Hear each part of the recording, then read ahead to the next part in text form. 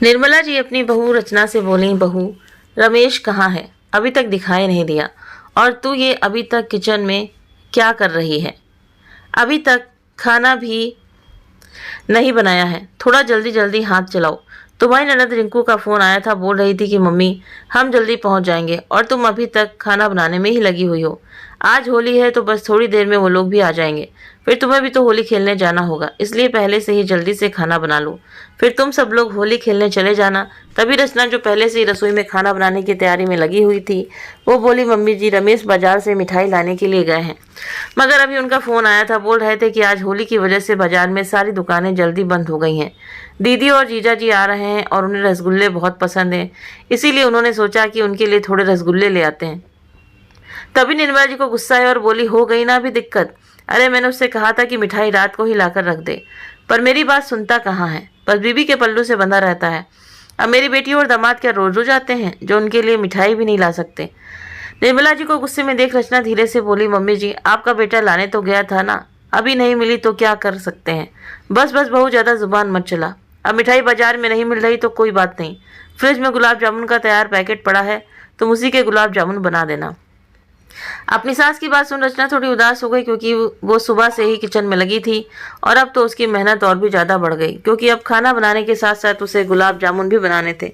वो कुछ बोल भी नहीं सकती थी, क्योंकि वो जानती थी कि जब भी घर की बेटी रिंकू और उसके पति राहुल घर पर आते थे तो निर्मला जी या तो रचना से मिठाई बनवाती या खरीद कर लाने को कहती। खैर बाजार में मिठाई मिल नहीं रही थी, इसलिए उसे घर में मिठाई बनानी पड़ी। ये सोचकर उसने जल्दी से फ्रिज से गुलाब जामुन का पैकेट निकाला और गुलाब जामुन बनाने लगी। रचना ने बचपन में ही अपने माता पिता को खो दिया था, इसलिए वो अपने आप को अभागन मानती थी। मगर पति रमेश उससे इतना प्यार करता था कि वो अपने आप को अब बहुत खुशनसीब मानती थी। सास निर्मला जी बहुत कड़क स्वभाव की महिला थी, मगर फिर भी रचना अपने ससुराल में सभी को अपना बनाने की बहुत कोशिश करती। एक अच्छी बहू का टैग उसे जब भी मिलता तो उसे लगता जैसे मानो उसकी मेहनत सफल हो गई। अपने माता पिता के प्यार से वंचित रचना ससुराल में सबको खुश रखती। उसे तो बस बदले में सबसे प्यार और सम्मान ही चाहिए था। थोड़ी देर बाद घर की बेटी रिंकू और दामाद राहुल होली खेलने आ गए और रमेश भी घर आ चुका था। सभी लोग छत पर जाकर होली खेलने लगे। तभी रमेश ने देखा कि रचना तो आई नहीं, तो वो रचना को भी होली खेलने के लिए बुलाने नीचे आया तो देखा कि रचना का तो अभी तक रसोई में काम ही खत्म नहीं हुआ है। रचना, तुम अभी तक काम में लगी हो, चलो ना होली खेलते हैं। रमेश, तुम लोग खेलो, बस मैं थोड़ी देर में आती हूँ। तो रमेश ने कहा, नहीं, तुम्हें अभी मेरे साथ ही चलना होगा, काम तो पूरे दिन ऐसे चलता रहेगा। और रचना का हाथ पकड़कर उसे छत पर होली खेलने ले गया। सभी लोग होली खेलने में व्यस्त थे कि थोड़ी देर बाद एक झन्नाटेदार थप्पड़ की आवाज़ सुनाई दी। सभी की नजरें जमाई बाबू पर गईं, क्योंकि रचना ने घर के जमाई बाबू राहुल जी के गाल पर एक कसकर थप्पड़ जड़ दिया। तभी रिंकू दनाते हुए अपनी भाभी से बोली, भाभी क्या हरकत है ये? क्या सोचकर आपने मेरे पति पर हाथ उठाया? रिंकू दी, आप अपने पति से ही पूछ लो कि मैंने इनके ऊपर हाथ क्यों उठाया। लेकिन गलती करने वाला इंसान अपनी गलती क्यों बताएगा, इसलिए चलो मैं ही बता देती हूँ। राहुल जिया जी मेरे को गलत तरीके से छूने की कोशिश कर रहे थे और मैं वो कतई बर्दाश्त नहीं कर सकती। चुप रहो भाभी, मेरे पति पर इल्जाम लगाने से पहले 100 बार सोच तो लो कि उसकी पत्नी इस घर की बेटी है, और ये भला तुम्हें क्यों छिड़ेंगे? तुम कोई हूर की परी नहीं हो। रमेश, तेरी बीबी ने आज सारी हदें पार कर दी।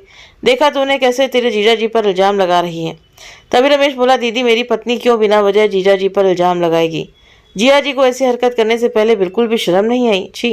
तभी जवाई बाबू बोले, मेरा यकीन करो रमेश, आपकी पत्नी रचना झूठ बोल रही है, मैंने ऐसा कुछ किया ही नहीं। जोर जोर से आवाज़ सुनकर निर्मला जी भी वहाँ आ गई और बोली, क्या हुआ, क्यों हल्ला कर रखा है आप लोगों ने? तभी रचना अपनी सास को कुछ बताने को हुई, उससे पहले निर्मला जी बोली, चुप हो जा कलमुई, आखिर तूने अपनी औकात दिखाई दी। सच कहते हैं लोग, बहू पराए घर से आती है और हमेशा पराई रहती है। तभी रचना ने कहा, तो जमाई कौन सा आपके घर का होता है मम्मी जी? वो भी तो पराए घर का ही होता है, बस फ़र्क इतना है कि आपको अपनी बेटी और जमाई की बातों पर विश्वास है, मगर बेटे और बहू की बातों पर नहीं। रचना को ऐसे झूठ साबित करते देख रमेश को भी गुस्सा आया। उसने कहा, बस बहुत हो गया तमाशा, दीदी और जीजा जी बेहतर होगा कि आप लोग यहाँ से चले जाएं। निर्मला जी बोली, रुको, ये लोग यहाँ से नहीं जाएंगे, पहले रचना से कहो कि वो राहुल जी से माफ़ी मांगे और आइंदा से कभी ऐसी हरकत दोबारा ना करें। रमेश बोला, मम्मी रचना की क्या गलती है जो माफ़ी मांगे? गलती तो राहुल जीजा जी की है, उन्होंने ऐसी हरकत ही क्यों की? अपने बेटे की बातें सुन निर्मला जी मुंह बनाते हुए बोली, इस कल की आई हुई लड़की के लिए रमेश तो अपने जीजा जी के खिलाफ कुछ भी कैसे बोल सकता है? ये सरासर झूठ बोल रही है। तभी रमेश बोला, मम्मी मेरी और रचना की शादी को 2 साल हो चुके हैं और आप इसे कल की आई हुई लड़की कैसे बोल सकती हैं? क्या इन 2 सालों में आपको एक बार भी ऐसा लगा कि रचना इतना बड़ा झूठ बोल सकती है? चुप कर, तू तो अपनी पत्नी की ही साइड लेगा ना। इसने पट्टी जो पढ़ा रखी है तेरे को। निर्मला जी कठोर आवाज में बोली। रचना बहू, अभी के अभी हमारे घर के जमाई बाबू से माफ़ी मांगो। बात रचना के आत्मसम्मान की थी तो रचना बोली, मम्मी जी, माफ़ी तो राहुल जिया जी को मुझसे मांगनी होगी, वरना उनकी इस हरकत के लिए मैं उन्हें कभी माफ़ नहीं कर पाऊंगी। तो निर्मला जी गुस्से में बोली, रमेश, तुम और तुम्हारी पत्नी अभी के अभी मेरे घर से निकल जाओ। इस बज्जलन बज्जात औरत को अब मैं 1 मिनट भी बर्दाश्त नहीं कर सकती। जो औरत घर के जमाई का सम्मान नहीं कर सकती वो मेरे घर में रहने लायक नहीं है।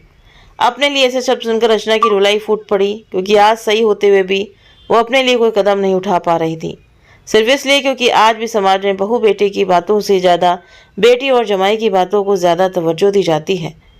रमेश को भी अपनी माँ से उम्मीद नहीं थी। रमेश और रचना अपने कमरे में आ गए और अपना सारा सामान पैकिंग करने लगे। रचना की आंखों से आंसू रुकने का नाम नहीं ले रहे थे, मगर उसे इस बात की तसल्ली थी कि कम से कम उसका पति रमेश तो उसके साथ है। दोनों ने अपना सामान लिया और घर से बाहर चले गए। घर में से किसी ने भी उन्हें रोकने की कोशिश तक नहीं की। खैर, रमेश और रचना 2-4 दिन अपने दोस्तों के यहाँ रहे। फिर रमेश ने दूसरे शहर में किराए का मकान ले लिया और वहाँ जाकर रहने लगे। दोनों का शुरुआती सफ़र बहुत मुश्किलों से गुजरा। शुरुआत की 2 साल बहुत कठिन रही। फिर धीरे धीरे उनकी गाड़ी पटरी पर आ गई और रमेश की सैलरी बढ़ गई। अब उस बात को लगभग 5 साल हो चुके थे, मगर अभी रचना के ससुराल वाले रचना से बात तक नहीं करते थे। वे लोग सिर्फ रमेश के टच में थे, उससे कभी कभार बात कर लिया करते थे। काफ़ी दिनों बाद आज रमेश के पास निर्मला जी का फ़ोन आया और बोली, बेटा, तेरे छोटे भाई रोहन की सगाई हो गई है। अगले महीने की 20 तारीख को उसकी शादी है, तो तू शादी में आ जाना। उन्होंने रचना के बारे में कुछ नहीं कहा और रचना भी अपने आत्मसम्मान की वजह से रिश्तों में झुकना नहीं चाहती थी। इसीलिए रमेश अकेला ही अपने भाई की शादी में पहुंच गया। आज रचना फिर से एक बार अपने आप को अकेला महसूस कर रही थी, क्योंकि पूरे परिवार में सिर्फ एक वही शादी में नहीं थी।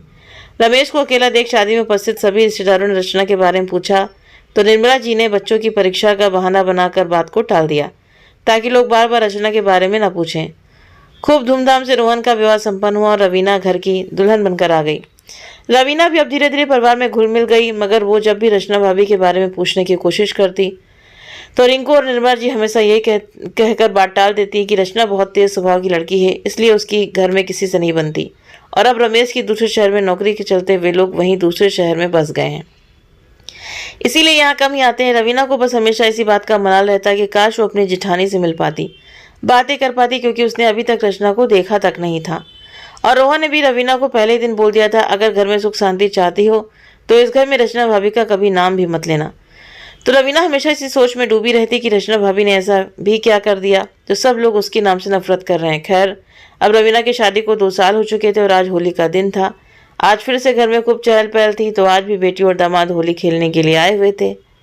सभी लोग छत पर होली खेल रहे थे, तो रवीना भी सभी के साथ खुशी खुशी होली खेलने लगी। लेकिन थोड़ी देर बाद रवीना नीचे आ गई और रसोई में आकर सासू माँ के काम में हाथ बटाने लगी। तो निर्मला जी बोली, रवीना, तू इतनी जल्दी होली खेलकर क्यों आ गई? अभी तो सब लोगों की आवाज़ आ रही है छत पर।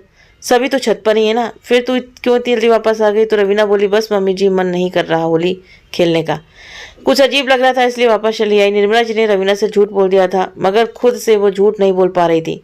अब तक वो इसी सोच में डूबी थी कि आज जो राहुल जीजा जी ने उनके साथ किया वो सच था या उनकी कोई गलत फहमी। दरअसल आज भी घर के दामाद राहुल ने घर की छोटी बहू रवीना को भी होली खेलने के बहाने गलत तरीके से छुआ था, जिससे रवीना समझ नहीं पा रही थी कि वो अनजाने में हुआ था या जानबूझकर। थोड़ी देर में रोहन छत से नीचे आया और अपनी पत्नी रवीना को जबरदस्ती छत पर होली खेलने वापस ले गया। रवीना वापस होली खेलने जाना नहीं चाहती थी, मगर रोहन ने उसकी एक ना सुनी। उधर जब राहुल जीजा जी ने रवीना को वापस छत पर देखा तो उसे लगा कि रवीना को मेरे छूने से कोई आपत्ति नहीं हुई, इसीलिए वो वापस होली खेलने आई है। ये सब देखकर वो अपने लिए इशारा समझने लगा और वो रवीना के पास गया और उसे फिर से गलत इरादों से छूने लगा।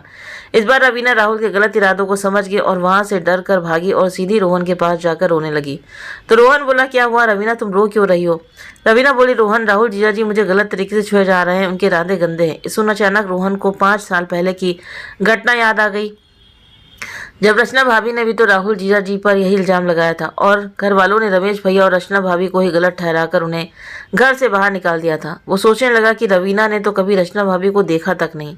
रचना भाभी से बात करना तो बहुत दूर की बात है, फिर तो ये सब बहुत गलत हो रहा है।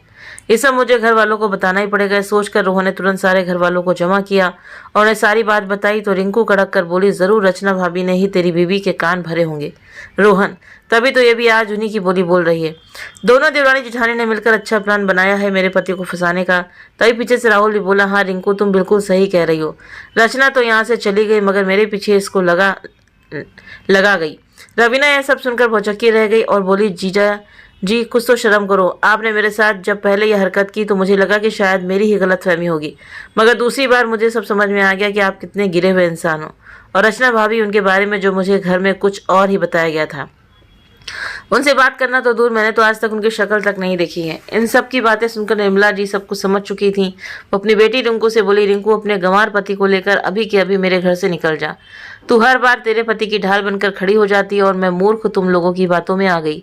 तुम लोगों की वजह से मैं अब तक अपनी गुणवान बहू पर शक करती रही और इतने साल अपने बेटे बहू से दूर रही। रिंकू तेरी सबसे बड़ी गलती यही है कि तू अपने पति के मान सम्मान के चक्कर में तू उसे पहचान ही नहीं पाई और तेरी इन्हीं हरकतों की वजह से तेरे पति राहुल को लगा कि वो चाहे कितनी ही औरतों को गलत तरीके से छू ले लेकिन तू कभी भी उस पर शक नहीं करेगी। इसीलिए तेरी इन्हीं बातों से उसे बढ़ावा मिलता गया और मैं भी मूर्ख थी। मुझे भी ऐसा ही लगा कि जब मेरी बेटी के नज़रों में उसका पति सही है तो फिर मेरी बहू ही गलत होगी। काश हमने पहली बार ही अगर तेरे पति के खिलाफ कदम उठाया होता तो आज दूसरी बार हम सभी को ये दिन ना देखना पड़ता।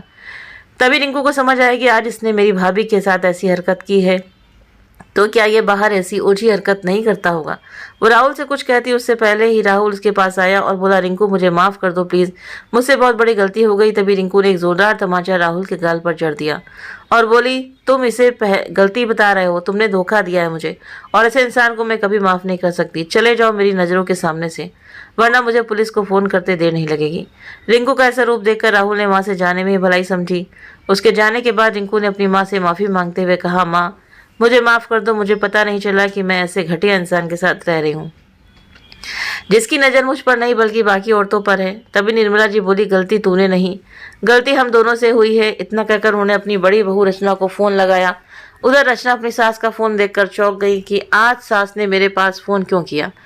उसने फ़ोन उठाया तो निर्मला जी भारी आवाज़ में बोली, बहू मुझे माफ़ कर दो, मैंने उस दिन तुम्हारी बात पर विश्वास कर लिया होता तो आज मुझे अपनी दूसरी बहू को भी ऐसे दुखी नहीं देखना पड़ता, मगर मैं भी बेटी और जमाई के प्यार में अंधी हो चुकी थी जो सही और गलत में फ़र्क नहीं कर पाई। पर कोई बात नहीं बेटा, अभी कुछ देर नहीं हुई है, तुम लोग वापस आ जाओ, हम सब लोग वापस से साथ मिलकर रहेंगे। तुम्हारी देवरानी तुम्हारी राह देख रही है बेटा, जल्दी से आ जाओ। तभी रचना ने कहा कि मम्मी जी आपको सच्चाई का पता चला, हमारे लिए ये बहुत खुशी की बात है, वरना ज़िंदगी भर शरीर पर यही पछतावा रह जाता कि हमें गलत इल्ज़ाम में घर से निकाला गया था।